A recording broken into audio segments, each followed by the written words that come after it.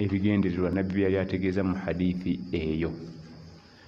Bal yakyakulembedde abamanyi bonna mu department eyo, riwaya wa diraya.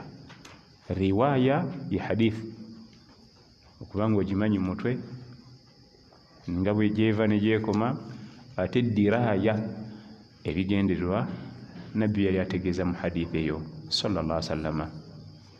Hadithi gye tugenzeemu leero eva ku ekitiibwa Abi Hurayra radiyallahu anhu, amanya ge Abdurrahman bin Sakhar, ava Khaybar, ke kalo ke bamuzaalamu n'akatuukamu, kali mu saidi z'e Madina, kilometers eziyinza okubaawo walinga Kampala, oyinza okugeraganya Kampala Jinja ye Madina n'akatundu ke Khaybar.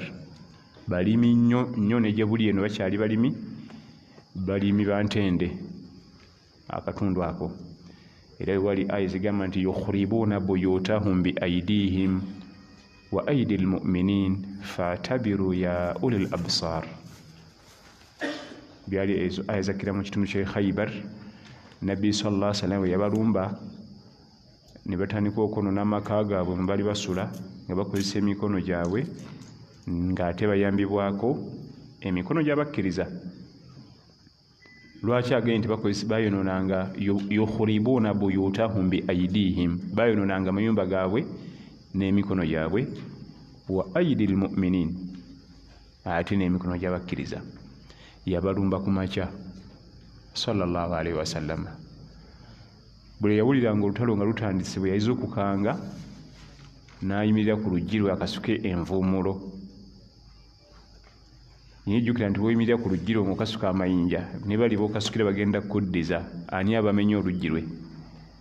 Gwe kennyini, kubanga target oyimiridde ku luggi, kibanga tukuba amayinja ng'ate oyimiridde ku morokayo, ani abagenda ogyasa endabirwamu? Gwe kennyini gwe ogyasizza, kubanga twagala okukuba gwe agamisi nga gakwata mu morokayo. Kyategeeza mu aya eyo nti yukhribuuna buyutahum bi aidihim, bayonoona amaka gaabwe n'emikono gyabwe, wa aidi lmuminin, so nga ate bayambibwako n'emikono egy'abakkiriza. Agayinja ge bakasukanga eri ate baagakomyangawo, ne gakuba akadirisa ne kakuukayo, gakuba oluggi ne bwabika. Ebyali Khaybar, saagala kugenda mu ttawulo e Khaybar. Emunyenye ya eno Abdurrahman bin Sakhar ad-Daws, eyamanyikwa n'erinnya erya Abi Hurayra, taata wa Kapa, eryamutuumibwa Nabbi sallallahu alaihi wasallam olw'omukwano gwe yalina omungi ku Kapa, nga yabeera nabo mu masjid, ng'abeera nabo mu winter season nga bubikka ne buguma. Nabbi n'amubbulamu erya taata wa Kapa sallallahu alaihi wasallam. Mu hadithi eno atugamba nti Nabbi yatugamba sallallahu alaihi wasallama, tunkahu lmar'a li arba'i lihasabiha wa limaliha wa lijamaliha wa lidiniha. Eno hadithi Nabbi agenda kulaga sallallahu alaihi wasallam akakakulizaako okusatu ke tutunuulira nga tuwasa, kubanga hadithi gye twaliko wiiki ewedde yalaga obukakulizo bubiri. Hadithi ya Anas bin Malik radiyallahu anhu mwatugambira tazawwaju alwaluda alwaduda fa inni mukathirun bikum alanbiya yawm alqiyama. Yateekamu obukakulizo bubiri twabulaba, kati amuntu agenda kuleetako okusatu.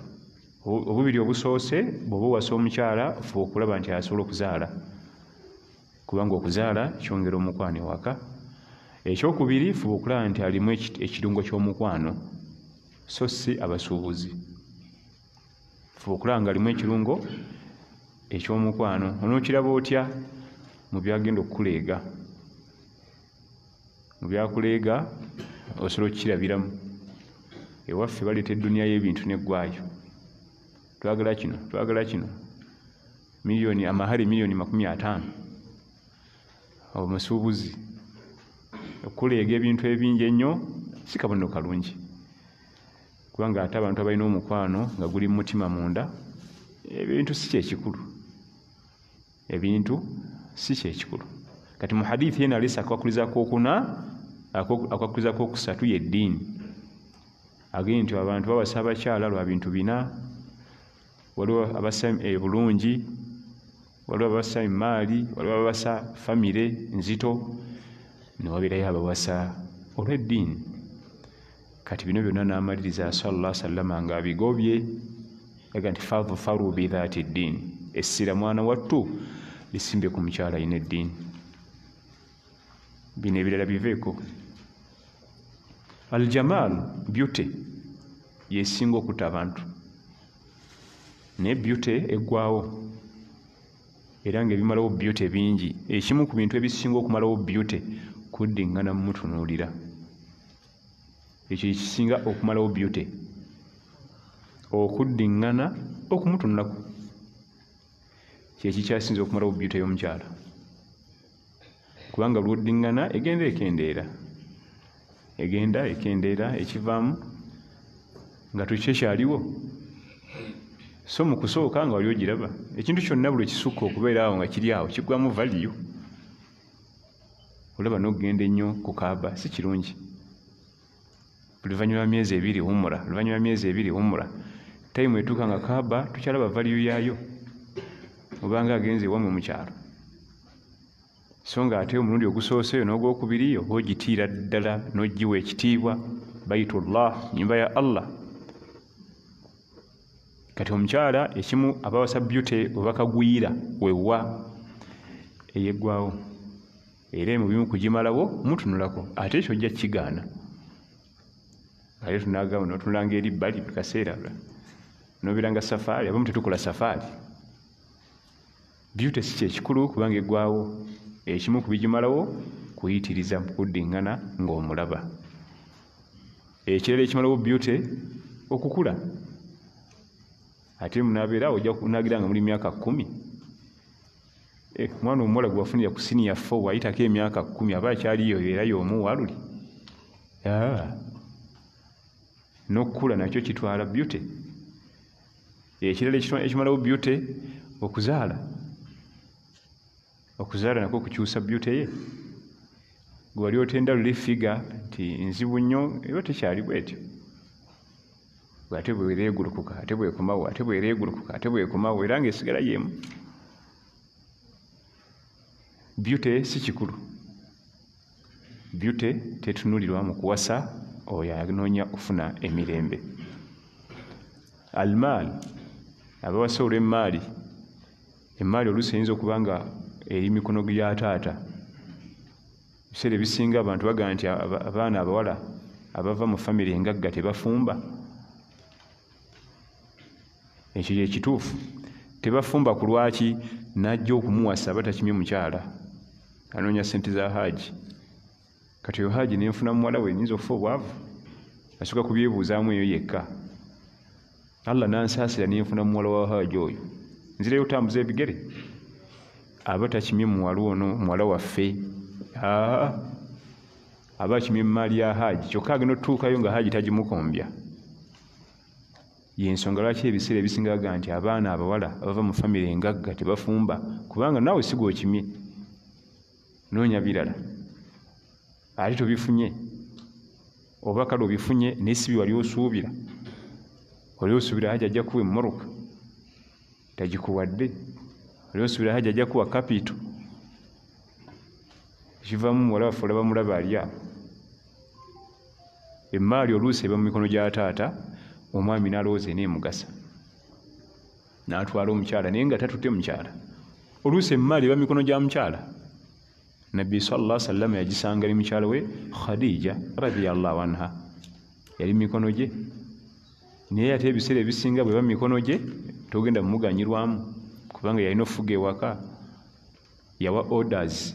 Olunaku lw'oliwa order ng'akubuuza ogula ki wano, ekyo kikkuba ebirowoozo wala nnyo, gwamu ne hope. Kati omukwano ogulwa munaatambula nga lweta omwinaamu ssuubi.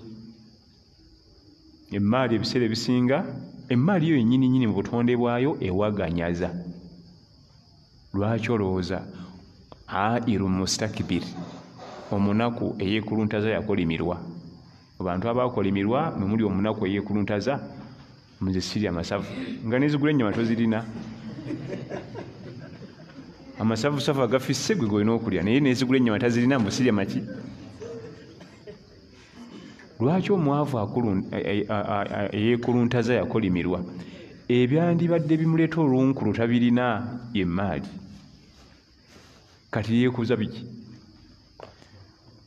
sanga omuvubuka atambula emikono gizigezze muvubuka muto engatto yaggwawo dda yonna engoye ezeezo naye ng'akulaga nti nze sisaaga kati oyo aba atambudde bw'atyo mukwase ku ssente abe nga zirina olwo anatambula atya omwavu eyeekuluntaza omwavu alina takabbulu mukolimire ku lwaki ebyandibadde bimuleetera takabbulu tabirina nga emaali si nnyangu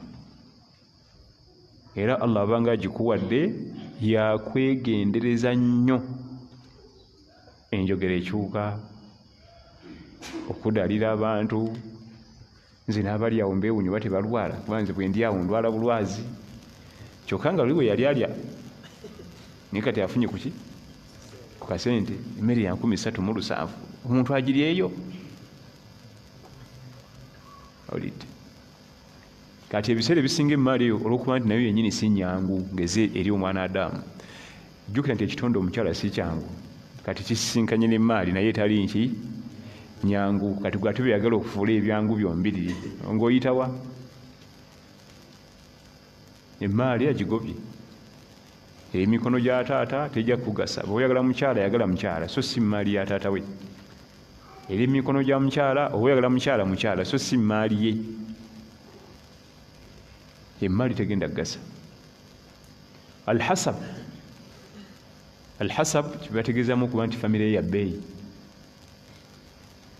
nakwasa muwala wa president masha allah kirungi ekyo lwemutuuka wonna muyitawo buyisi alhasab ne bategeezaamu okuba nti onoomukyala yennyini wa kifo yinza okuba ye meeya w'ekibuga minisita ebyo byonna bina bitegeeza famire so okubanga omukyala mwava mu famire mwava yenzito obanga ye kennyini yakola erinnya lye mu ggwanga afukamiza abantu waliwo abantu abagala okukwasa omukyala olw'ekyo nabyo abigobye sallallahu alaihi wasallam tebirina makulu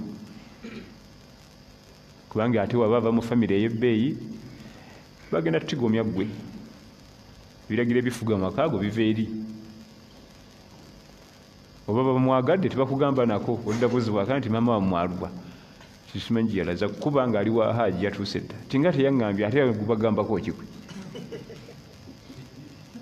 kati n'obuuza musajja amaka gange ani agafuga era bw'otunulira ebiseera ebisinga famire ze bwe zityo omusajja tatera kufuna mirembe kubanga ayagala afuga ewaka ate nga babafugawo bali eri nayagala abigatte ne biremagana kirina kuyiika buyiisi kati ezo ensonga esatu beauty maal famire ya bbeeyi abigobye sallallahu alaihi wasallama n'atugamba nti waliyo n'abawasa olw'eddiini bwe yamala obizingako natugamba nti fadhufaru bidhaati ddiini essira lisimbe ku ddiini okuwasa omukyala ava mu famire nga mulimu eddiini neobeera nnaku nga tisi yalinnya oba wa bbeeyi ne famire baya bbeeyi kubanga ekuwa ekitiibwa okuwasa mu famire etya allah wadde tebalina wadde 10 bamanyi oyo muko mukubire muko mumugambe mugwisha eri twetagako amino oyo oba alabe baana tulina omukolo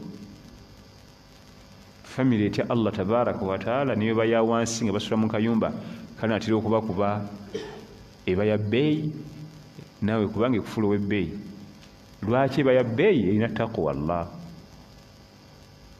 niyo oggwirana ne famire olwokuba ya bbeeyi mu ggwanga nga temuli mu kutya allah oba ogenze kaba maziga yennyini famire egenda ogakkaabya omukyala talina ssente naye famire mwava temuli ssente kasi abayo okutya allah omukyala atya allah okutya allah kuli waggulu ku ssente eziba kubanga ssente ze ziri waggulu ku kutya allah nabbi sallallahu alaihi wasallam yandibadde alina nsufu naye nti yayina taqwa allah ba abi hurayira betusomako radiyallahu anhum jamia abandi badde balina nsufu naye tebazirina esulanga mu muzikiti naye kiki taqwa allah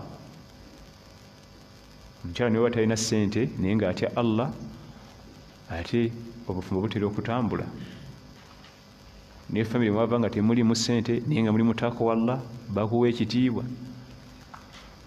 Manyi omukoddomi okujja ne bamugamba yasenku omuko eyawasa mu famire engagga wajja nga waliyo mpufiirwa gwokwasa embazzi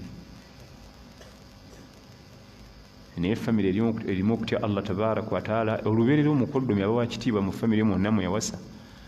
Ne bwogenda mu kalica z'ensi yonna mu mawanga amalala gonna omukaba muko wabazze wakaawo wakitiibwa. Handolingi ebandala naye okutya Allah tabaraka wataala kuleeta okuba nti oweebwa ekitiibwa. Beauty, ebiseera ebisinga omukyala alina beauty nga y'amaanyi. Beauty etta ebirala byosinga okumwetaagamu mu kaseera akazibu bifa kubanga ewakaawo beauty egasa mu budakiika butono. Beauty ey'omukyala ne figa bigasa mu budakiika bye bikyasinze n'okugasa akantu akatono ennyo kadde kaba kafunda naye omwetaagamu obugumiikiriza kubanga ssente zirabika ne zibula. Eyo y'eddiini. Omwetaagamu okubanga muntu w'abantu, famire ejja kujja, maama wo taata wo ajja kujja, baganda bo bannyoko, ezo mpisa. Talina budde bwabwe, teyemanyiiza, ensi yonna emumatira. Ne bw'atambula ku luguudo muuka zipaakinga zokka zaagala mumutwalako olwa beauty. Kali ssente zo bwe zigirira mu bwe ziti wakomya, n'agenda n'abalala abazirina, n'agenda n'abalala abalina emmoroka ani gw'onteeka ku bupikipiki banankuba ekigo, ni gw'otuuza ku kapikipiki kankuba empewo. Beauty etera okutta obugumiikiriza ate nga ebiseera ebisinga famire zonna bwe zitambula. Omwaka guno ssente tuzifunye, oguddako zibuzeemu, oguddako zifunyise, oguddamu zeesibye, bwe tutambula bwe tutyo. Ebiseera ebisinga bwe tutambula. Naye eddiini, omukyala alina eddiini biidhinihi tabaraka wataala, ssente zirabise zibuze, ye aba kyekimu kubanga eddiini ye emulaga nti kati wano Allah azikuttemu, Allah ajja tuwa. Allah ffe yazituwa luli ajja zikomyawo. Kyava tugamba sallallahu alaihi wasallama beauty giveeko, ebyenfuna si kyekikulu, simanye mu famire enzito. Fadhfaru bidhati ddin taribat yadak. Kekwakukulizaako okusatu nabbi sallallahu alaihi wasallama katugamba okusimbako essira nga tutunuulira omukyala gwe tunaatwala. Omukyala ow'eddiini aba mu bulungi. Omukyala ow'eddiini akufuula omugagga wadde temulina. Asoma aya ne hadithi n'ebyafaayo ebikuzaamu essuubi. Omukyala talina ddiini akutunuza mu baliraanwa, akulaga ebyenfuna bye balina. Kati baagula ettaka juuzi eka 6, ate ndaba oyo omwami oyo myaka gyo gyegimu n'egigye mwenkana mu myaka naye sinabawo development yonna. Omukyala talina ddiini, olubeerera akumpeyalinga nnyo ne banneighbours. Naye ow'eddiini aba akimanyi nti gali maka malala era ne riziki y'abali ndala ku yaffe. Era ekikulu ennyo size eka 6 ekyebbeeyi ekiri mu bulamu bwaffe kutegeera Allah tabaraka wataala. Ezo eka 6 bajja zigula bazitekewo naye bagenze nakyewa Allah. Oyo omukyalo w'eddiini. Twasomako ku khiswa wano emu ku lunaku lwe twali ne Sheikh Kiti mu biseera ebyo bali bafulumiza lisiti ey'abantu abagenda okuttibwa mu ggwanga lino, ne balagako n'abantu abaazirika ku ntimbe z'ebifaananyi nga erinnya lye kweriri n'azirika. Ne tusoma khiswa ey'omwami eyali omubazzi naye nga Allah yamuwa omukyalo w'eddiini waka. Mu batusookawo balongoofu myaka gy'amabega. Omwami yali mubazzi naye nga ekyalo kwe yali kwaliko ababazzi bangi era nga bibeerako ne award buli mwaka, naye nga yagitwala ng'alina ati w'amaanyi nnyo mu kubajja, nga buli mwaka yawangula mu kufulumya ebibajja ebirungi. Naye okwolwo kabaka agenda okufulumya lisiti eriko abagenda okufa yaliko enkeera ng'agenda kuttibwa. Adde waka teyabulira mukyala tuone tumubula n'abeera mu buliri nga yekyusa mukyala namugaa naye gwokera mu mabajjiro wedde bajja wakooye lwaki teweebaka namubuulira ku kyama tenkya kabaka agenda kunzita sinza kukwatibwa tulo ndowooza ngenda kufa ndagawa waliyo ki tuukirawa olw'okuba nti omukyala ono yali mukyala wa ddiini yamugamba ebigambo 2-3 n'agenda yeebaka otulo n'akyusa tayimingi ye yonna bw'ati yamugamba nti lisiti entuufu Allah yagirina si kabaka lisiti entuufu abanaafa enkya Allah eri mikono gya Allah si kabaka eyo biveeko webaka etulooto n'abanga azuukuse biroozi ne biconcentratinga ne yeebaka kati olw'okuba nti baali balwawo okwebaka bebaka leeti n'okuzuuka kwalina kuba leeti obudde bwamaze okukya omusajja n'awulira abakonkona oluggi naye nga balusamba balukuba n'amaanyi omwami yasobola okuzuukuka n'azuukusa omukyala n'amugamba nti abo si basiikale ba kabaka tebankimya olowooza okulingiza nga bebbo namugamba nti genda gulawo oluggi ogende lisiti entuufu Allah yagirina si kabaka bwe yafuluma nga basirikale bajjudde olujja n'ebikolwa byabwe bonna bagamba omusirikale oba otegeera kyebategeeza ne bamugamba nti olukiiko lwatudde mu lubiri ekiro ne lukusaba ne bakwegayirira abalangira n'abambejja olw'okuba nti gwokyasinza okubajja mu ggwanga lyaffe bakulonze olwo bajje kofini ya kabaka yafudde ekiro ne batutuma tukukime ogende obajje kofini mwe tugenda oziika Ssaabasajja kubanga ekyo yafudde pressure naye tukusaba bakwegayiridde balangira n'abambejja addayo mu nyumba akimiraga kankime ebikola ennyondo biki misumaali omukyala mbuuza nti bagambye ki namugamba nti kyewaŋŋambye bwe kityo lisiti entuufu Allah yagirina era yamaze dde okugyamu abagenda olunaku lwaleero kabaka yamaze dde okufa nze nnondeddwa okumukolera kofini kyago gonna amagye gakimye omuntu agenda kukola kofini nti gazze kwegayirira si kulanga ŋŋaana kyakuyiga ki ekiri mu kissa eka waliyo omukyala ategeera Allah tabaraka wataala yamugamba ebigambo ebintu bya Allah tebirakisa bigambo bingi yamugamba ebigambo 2-3 lisiti entuufu agirinayo Allah si kabaka ekikugaana okwebaka si kiraba n'amuzukusa obwongo n'afuna otulo ebiseera ebisinga abaami bangi bakola ensobi mu mirimu gyabwe gye bakolera naki ebiseera ebisinga nga Allah esiza ku mukyala ali eka atali mu kutya Allah nafunye obuzibu ne general manager kati gwekola bwoti ne bwoti tajja kuddayo kukumanyiira naye nga gyamusindikawa nsaasi musindika ku nsaasi muloge alime kubanga bajja kukuza omuyiteeko tusaba Allah tabaraka wataala tuwa okutya Allah tuwe n'abakyala bamutegeera yabda tugamba nti fadhufaru bidhati ddin taribat yadak oluberera essira olisimbanga ku mukyala limu eddiini ojja kuwona ebintu bingi mu bulamu bwo omukyala limu eddiini akuleetera okuba nti oli wamu tomusuubira ku baliga tomusuubiramu mbaliga ffe tuli basajja tukola safaari omaze wiiki 2 toliiwo 3 mutima gukuba wamu naye yarabbi simanyi nakumanya mukyala wange si mwangu si atambudde kano kentambudde kano nti simanyi tofuna mirembe faru bidhati din taribat yadak oluberera essira olisimbanga ku eddiini Awufu bunu Maliki al-Ashja'i radiyallahu anhu mzeyi bamitanga Awufu bunu Maliki al-Ashja'i muna Madina akuliridde luwedde ku mpagala sajja wa Nabi Muhammad sallallahu alaihi wasallam yali akaddiye nnyo nga takyagenda mu ntalo yazaala akaana akamu nga bakaita Maliki yakabbula mu linnya lya kitaawe bamuyitanga Awufu mutabani wa Maliki bwe yazaala akaana n'akatuma ennya lya jjajja waako n'aliki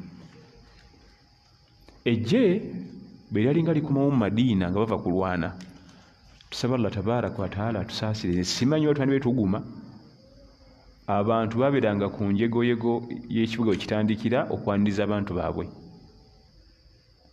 omukyala ng'ajja kukima bba naye ng'oluusi bamuwuddiza nsolo yasigaddeyo twamuziise maama ajja okima mutabani we ensolo yo yiiyo yasigaddeyo bakukwasa nno nsolo bo nga beeyongerayo taata ajja kima mutabani we abaana bajja kima taata kati Awf bunu Malik al-Ashja'i radiyallahu anhu yasindika mutabani we Malik n'agenda n'ejje badda ayimirira ku njegoyego z'ekibuga kitandikira bwe baaniriza abalwanyi batukira mu intervals ne bajja lumu bati kibinja basoose abuuza omu ku bo nti oyi mutabani wange Maliki awonye oba ti ajja ali mabega ajja ti alhamdulillah ne bayingira genda okulaba mutabani tamulaba abuuza mutabani Maliki mulabyeko nti Maliki yadde mubadde mu maaso ti bange ali mabega ti yajjidde mbali mu maaso Maliki al-Ashja'i kyali mubadde mu maaso ffe tusembye mabega naga kijja kitya nze nabadde wano ku muntu yasoose okutuuka sinalaba mutabani ne bamugamba nti tuweddeyo naye Maliki yawonye alina okuba nga yakuyiseeko yabula adde waka ategeeza omukyala ndi ku mukyala alimu eddiini balina omwana omu mutabani muvubuka avubuse saabalwanyi omwana simulaba ejje liweddeyo tikisoboka kitya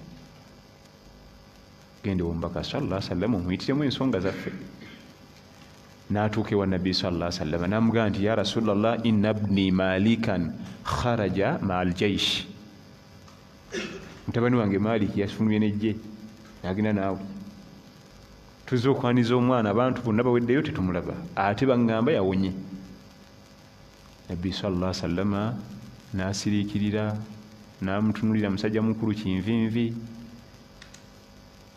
n'amugamba nti ddayo ewaka oyitirize ekigambo la hawla wala quwata illa billah ne mukyalawo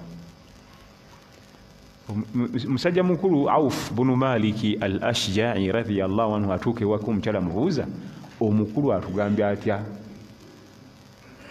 yamugamba nti agende tusome edduwa bweti abakuba mukyala mulala yamugamba nti mukubuuza mwana wange nziza mu dduwa njagala mutabani wange oba yafudde mu ŋŋambo oba kiki yamugamba nti atugambye nti la hawla wala quwata illa billah omukyala yatula watuuzi wali natandika okwogera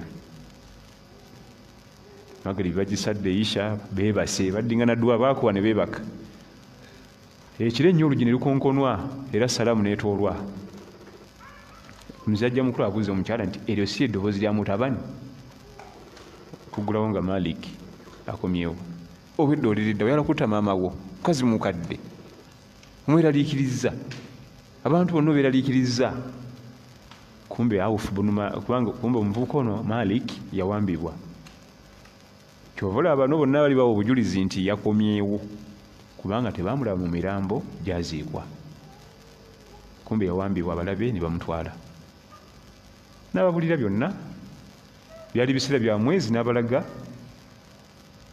ng'oluggi ajjuza endiga n'embuzi lujja lwonna lujjudde kyate bino bwe baamukwata ne bamutwala ne bamusiba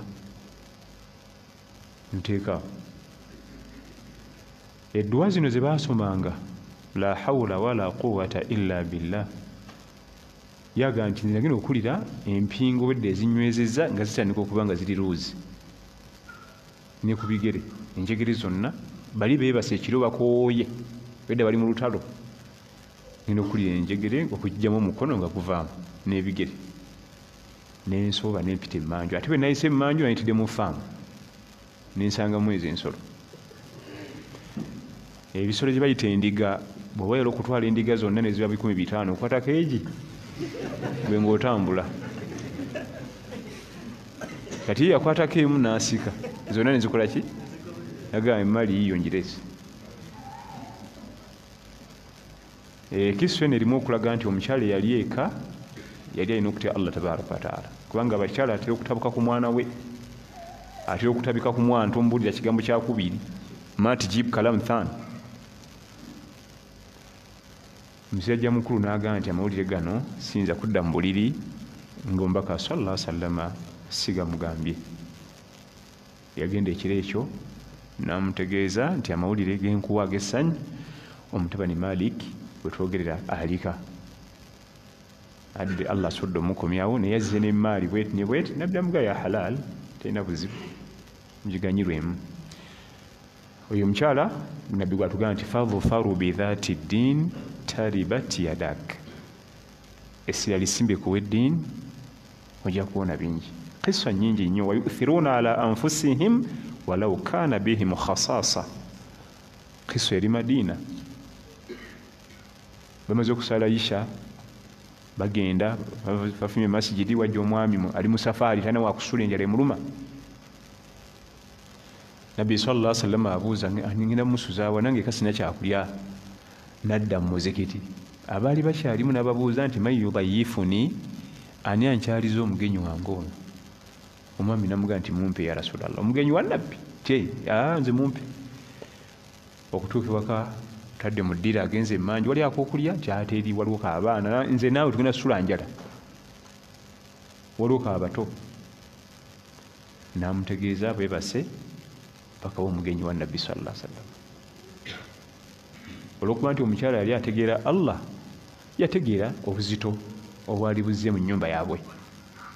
Owaffe akugambye nti mikwano gyo girya emmere nga abaana bange basuze enjala, gw'omanyi n'emikwano gyo ze tombuulira kaabulanga n'emikwano. Baana bange balina okufuna ekyokulya. Kristo nga bwe tugimanyi, omwami ono agenda ku makya ku salaati subuhi okusaala, yasanga obubaka bwazedda obumuwejjana nga nabbi amulinze ku mulyango sallallahu alaihi wasallam, yamulira na ku mulyango. Oyo yali akyaziza omugenyi Semaka. Nabbi namugamba sallallahu alaihi wasallama, laqad ajaba Allahu ala sani'ikum albariha. Allah yasiimye enneeyisa yammwe ku mugenyi wammwe gye mweyisizaamu ekiro. Jjukira nti Allah bw'asiima eba kiki? Jana. Wabitegedde otya? Wabitegedde byazze biteewo nga ye yamumazidde omutuusaako message agenze kusala sunna ze.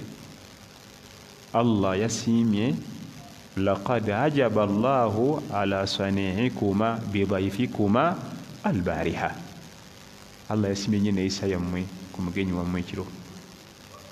Ebyo ani abyogera? Sallallahu alaihi wasallama yategedde enneeyisa gye beeyisaamu.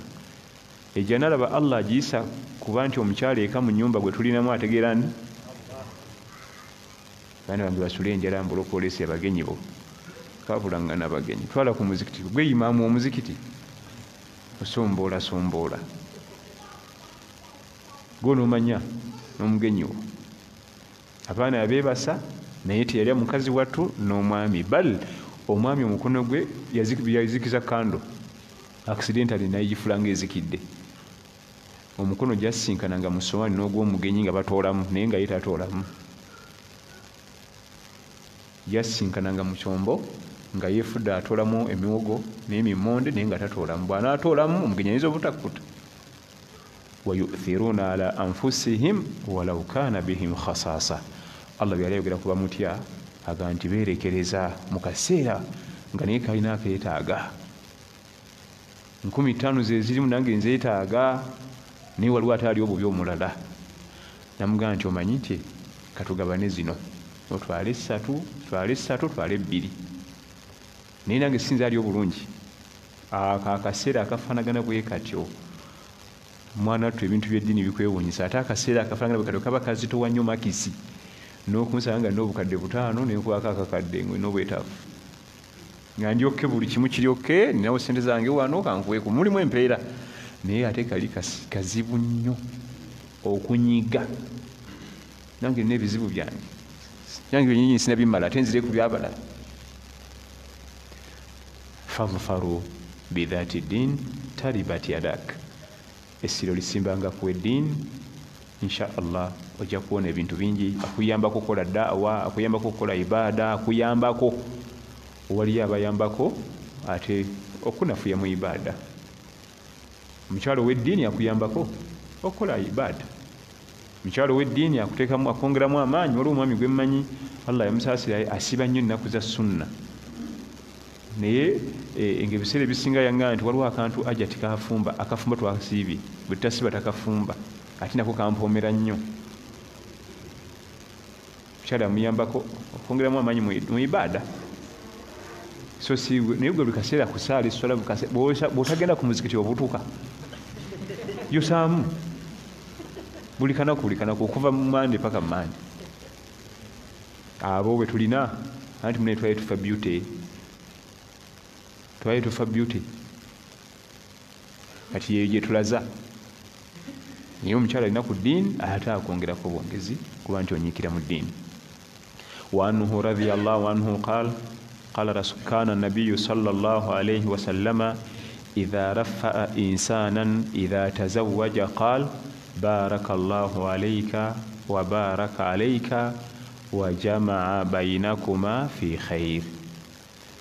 حديث دكو إلى أبي هريرة عبد الرحمن بن صخر رضي الله عنه ate yetulaga edduwa gye tusomera abamaze okuwasa, amaze okuwoowa.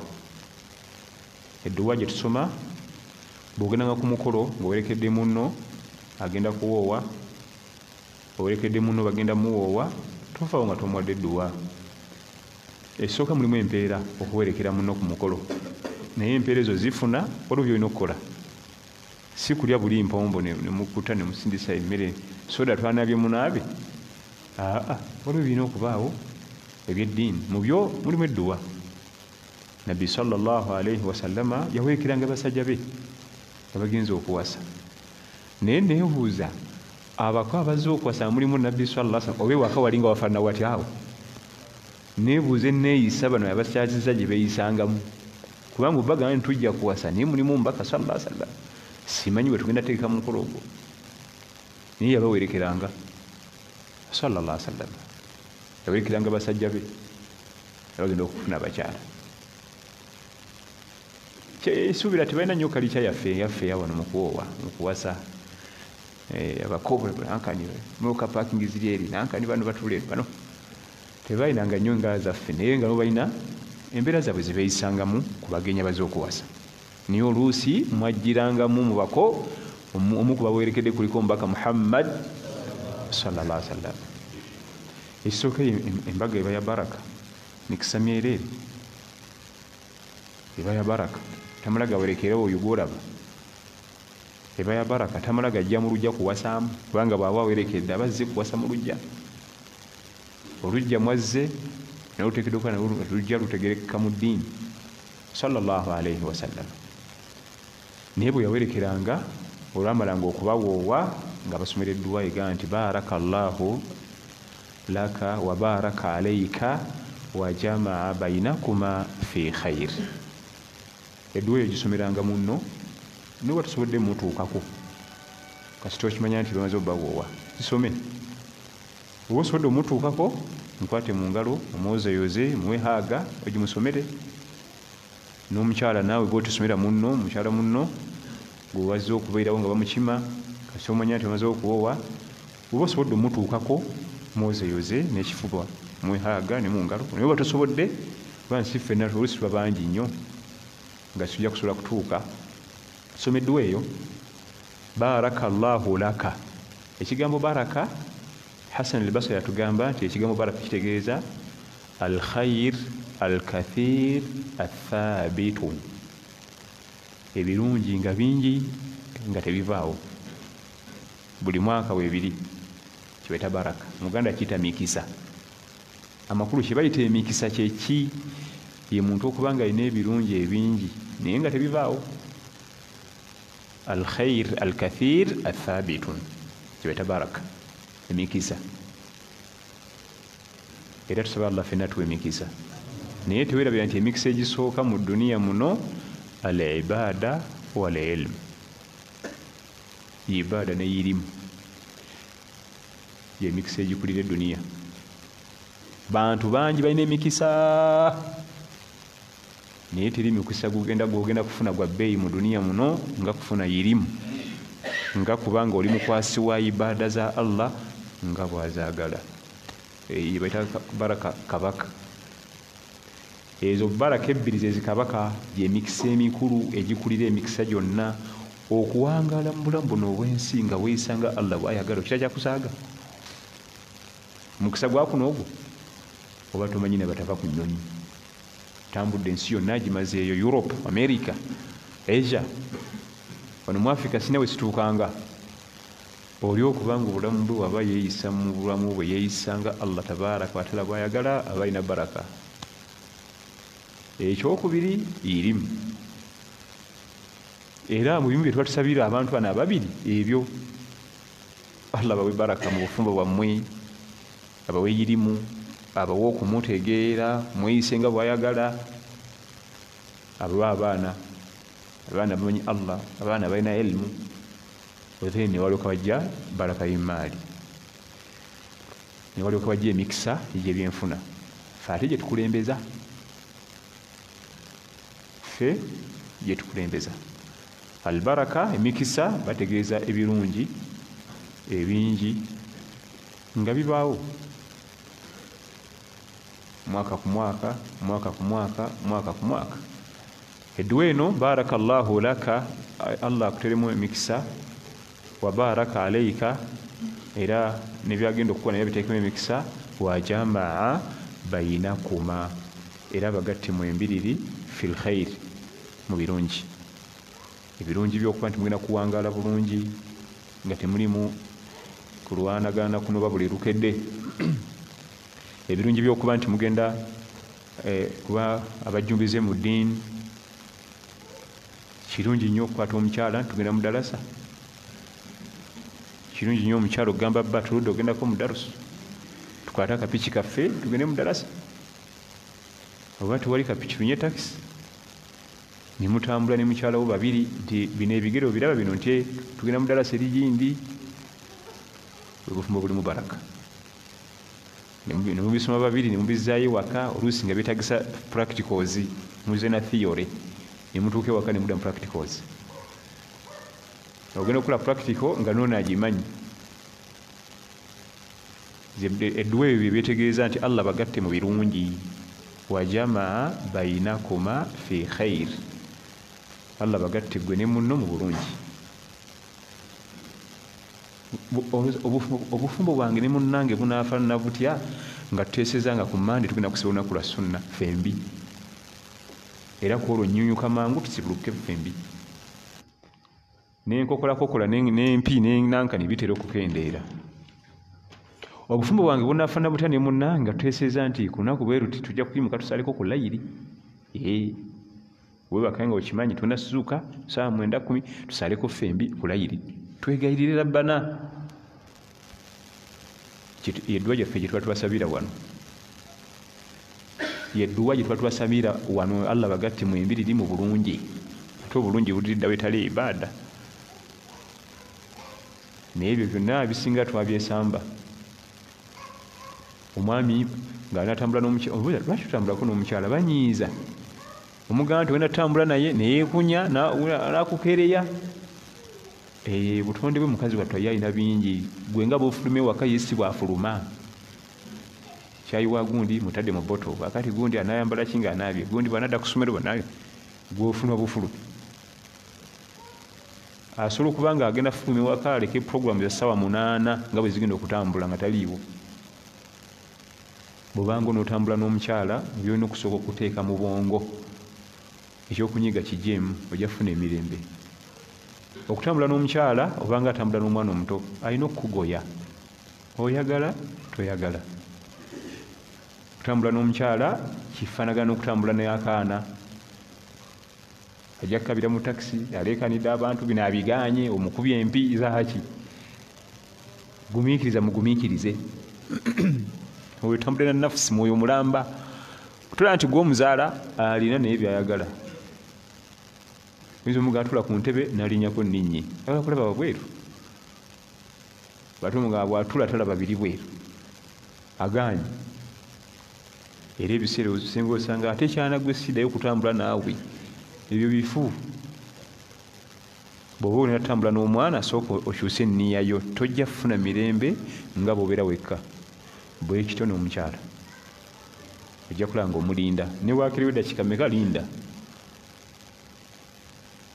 otambule naye tugende mu ddalo so siga nti nze sitambula na mukazi bannema baana bavaako akeerewa akukeereya ye alina ebintu bingi ebimusibe waka byalina okulaba nga bitambudde bulungi paka wanaddira gwate olunadda bwoti mumugajjula emmere kati yafumbye ddi emmere alina okumanya egenda kufumbibwa etya oludda bwe tutya otuukira mu kisenge nakinaabiro bwova mu kinaabiro oyagala emmere ku dayiningi kyokobedde muli mwenna musibe mwenna agijjewo n'okuleka ng'aseetinze edduwa eyo tulina ogikwata ogenda kuwerekera banno si kujja kubeera bubeezi ku mukolo tumale sunna zonna muno yakuyisa omuwerekere obeerewo nga tugaba muwala waffe so edduwa gisome dua si ya bigambo biwanvu barakallahu laka wa baraka alayka wa jamaa bainakuma fi khair wa barakallahu fikum wa jazakumullahu khair.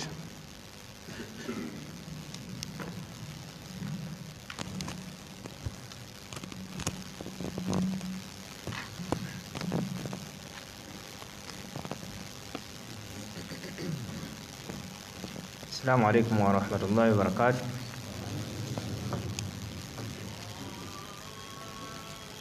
Tusaba kutubuulira ku hadithi ekwata ku bakyala b'abagagga abakolimire olw'ennyambala embi n'okwambala engoye ezibanyiga.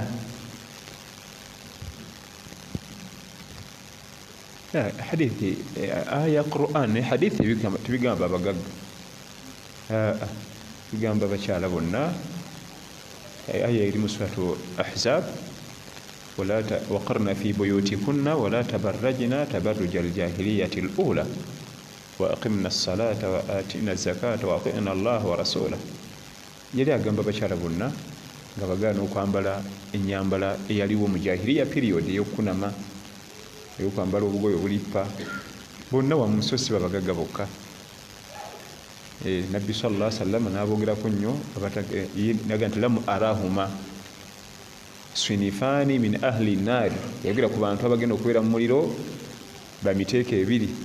Yagaa nti nze sibalabye nako ntuuse okuva mu duniya nga sibalabyeko. Nayagira ku bakyala, omukyala yenna ayambala olugoye kungulu nga lulaga obugoye bwe obw'omunda bwe busalira, nga bwogobereza amaaso olaba akagoye bwe kasalira bwe kati ne kambuka ne kakkirira ennyambala y'abantu ba muliro. Abantu babangalira mu duniya nga bagenda mu muliro, ennyambala eyo gye bambalamu wano mu duniya. Kyala ayambala engoye ze ez'okungulu ng'ez'omunda ziraga we zisalira.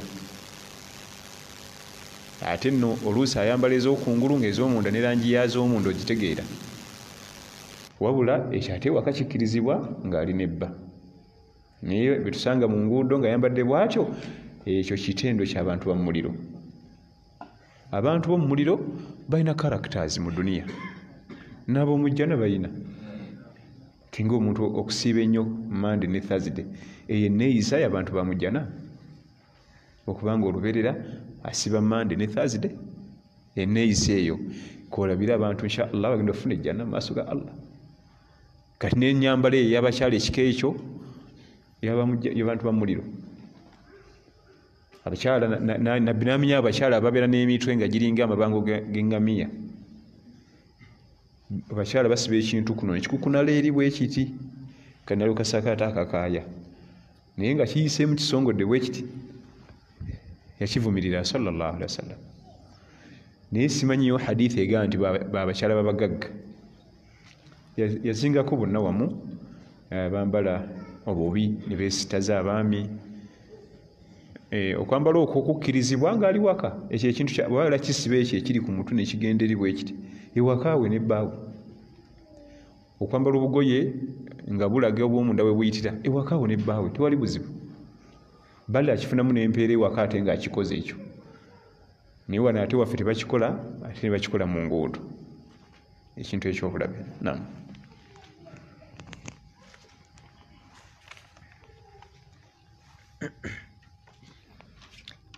abuuza nti eyo hadithi gy'otusomedde egaanira ddala okubeera nga tuwasa abakyala abalina ssente n'abava mu famire ez'endyo ez'ebbeeyi. abaffe senga nsiŋŋaana famire nga eddiini weeri naye nga ndabikira okuba ngenda kwetikka ebizibu bya famire eyo, nkola ntya? mpase omukyala oyo oba mbeere nga mwesonyiwa ku lw'ebigenda okuddirira?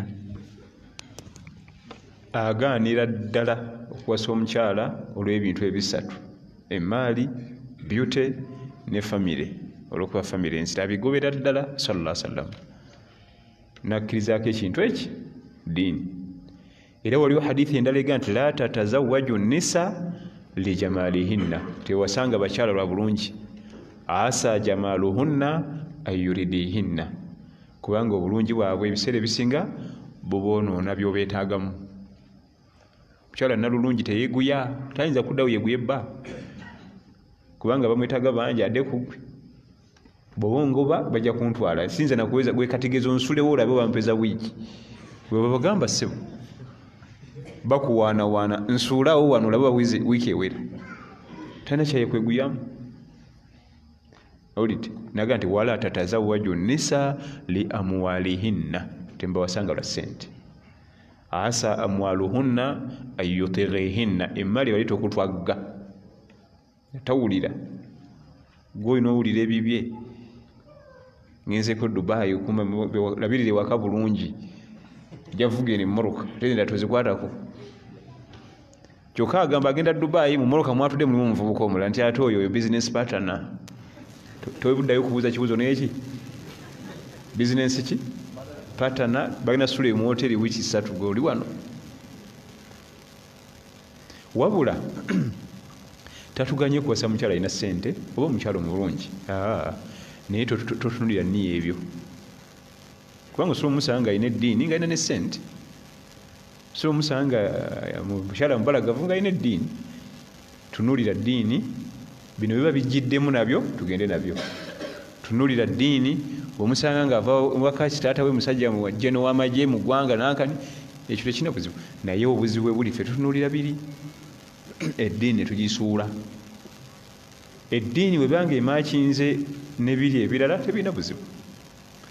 ate oga nti ompasa omwana omuwala mu famire, nze ngenda okwetika ebizibu bya famire byonna, ekyani akikugambye? era okubyetikka nga Allah akuwadde obusobozi, okujjako nga Allah bukuwadde. wati obukuwadde ate onebyetikka obirazaako ate si kibi okuyambako, bwobanga obaddemu n'akantu noyambako famire yeeri eyakuzalira omukyala. era ne famire tugikubiriza okubanga tebateeka nyina oluseke. buli mwana yenna alemeddwa okusoma, mutwale wa mukoddomi bonna ne bayiika awo, nedda. era famire zitera okubaamu okutya Allah, tebatera kikola ekyo, tebatera kukikola. tusaba Allah tabaraka tuwe okutya Allah tabaraka wa taala. singa nawasa ekyannabbi kyeyakola sallallahu alaihi wasallam okuwasa omukyala naggagga Khadija. Naam, fena tukimanyi nti omukyala we namba 1 yali naggagga, bali yali mu kifo kyakutaano mu Makka. bwe barankinga abagagga bali mu Makka, abaami baali 4, kuliko omukyala ogwo, mukyala wa nabbi sallallahu alaihi wasallam. ate ekyo ngukitadde ku mabbali, ate yali nalulungi. Khadija radhiyallahu anha yali mukyala mubalagavu, alina ne ssente. ebyo ngo bitadde ku mabbali, nga ne famire mwava nzito, famire yalinnya Mzee Khuwailid, famire yabwe yali ya bbeeyi. kaakati ye yagatta byonna bina radhiyallahu anha, emaali agirina, obubalagavu mubalagavu, famire nzito. naye famire yali ngagga nnyo, famire ya kitaawe wa mukyalo oyo yali famire ya ssente. era obugagga bwa Khadija radhiyallahu anha buva mu famire 2, eya kitaawe gye yali ava n'omwami gwe yasooka okufumbirwa Abu Hala, naye yali mugagga n'afa. kati nabbi sallallahu alaihi wasallam gyabugwamu ati obugagga, naye ye yalina byonna. era ng'omutima gwa mukyalo omukkakkamu weewuunye nga n'eddiini tennaakujja. Era nabbi sallallahu alaihi wasallama omuntu akyasinza okuwangala naye ebbanga eddene ye Khadija, rubu qarn, koota ya senkyale, emyaka 21 yemala ne Khadija. Teri mulala yawangala naye ebbanga eryo, yamala n'emyaka 25. Mu Luwarabu tukiyita rubu qarn. Qarn ye senkyale, emyaka 10 yawangala naye rubu koota radiyallahu anha. Ekyokubiri, bombiriri mu kwefuna mu bufumbo bwabwe tebaalimu byamaali, era ekireetera Khadija okulonda omuvubuka ono yali yaggyibwa dde abaami bangi nga bamwogereza nga bamulimba, agenda obeetegereza tebaagala ye, baagala maali ye nga tebalina laavu. Baali bajja dda nga abazuulamu ekitendo ekyokuba nti bamuliiko, akusigirasigira wano kafeesi, kumba balabuki bugagga maaliyo, mpaka wajja asinkana omuvubuka Muhammad sallallahu alaihi wasallam ng'omutima gwe temuliimu byanfuna. Ow'emmaali olina batulina nsina buzibu. Baali bajja dda bangi bakulembeza laavu ng'ate bagala maali, n'abatebuka kwe kulaba omuvubuka ono. Kati bo obufumbo bwabwe tebwazimbibwa ku maali oli gye yalina omukyala, tebwazimbibwa ku byute ya Khadija gye yalina, tebwazimbibwa ku famire y'ono mwavu okuba yali ya bbeeyi, nedda. Bali bakwatagana mu mitima nga balina omukwano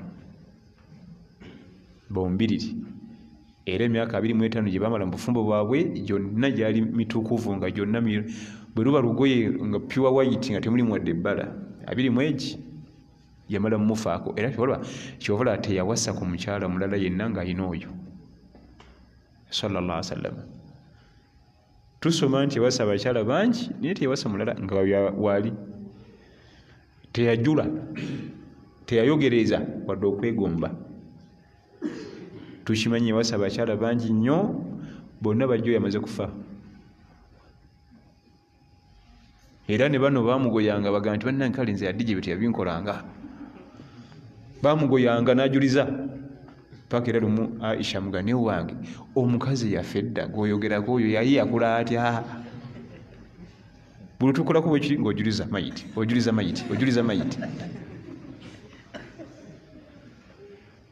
Mukyala we Aisha yakimugamba radiyallahu anha. Kale nno kiswa eya nabbi sallallahu alaihi wasallam okuwasa omukyalo oyo, ye yali alina ebitendo byonna ffe byatuganye. Ye yali abirina, yalina ssente, yali mubalagavu, famire mwava ya bbeeyi ku kyalo ky'e Makka, omutima gwe gwego mutuufu. Naye bano abafa baleero ojja tutunulira emmaali otwale omuyaayi, ojja tutunulira famire ebbeeyi yaayo.